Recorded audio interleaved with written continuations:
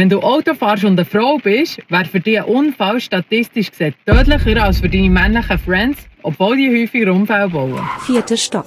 Um das zu erklären, müssen wir kurz einen Begriff aus der Wissenschaft vorstellen, den Gender Data Gap. Kurz gesagt zeigt er auf, dass die Wissenschaft eine lange Zeit lang den männlichen Körper einfach als Norm für alle genommen hat. Und darum treffen viele Studienergebnisse und durch das viel von unserem heutigen Wissen nur auf die Hälfte der Weltbevölkerung zu. Wo merkst du im Alltag, dass Sachen für einen männlichen Körper konzipiert worden sind? Schreib es in die Kommentare. Bei der Diagnose von einem Herzinfarkt sind zum Beispiel lang einfach Symptome, die bei Männern beobachtet worden sind, aber bei Frauen genutzt worden.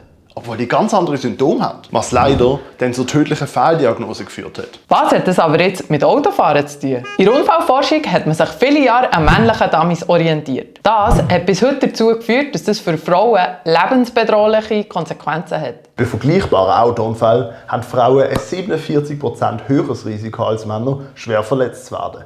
Und ein 17% höheres Risiko, sogar dabei zu sterben. Einfach nur wegen Gender Data Gap. Die Lösung wären angepasste Dummies für die Autotests. Erst 2022 ist in Schweden der allererste Dummy vorgestellt worden, der der Biomechanik vom durchschnittlichen weiblichen Körper entspricht. Und nicht nur ein geschrumpfter Mann ist.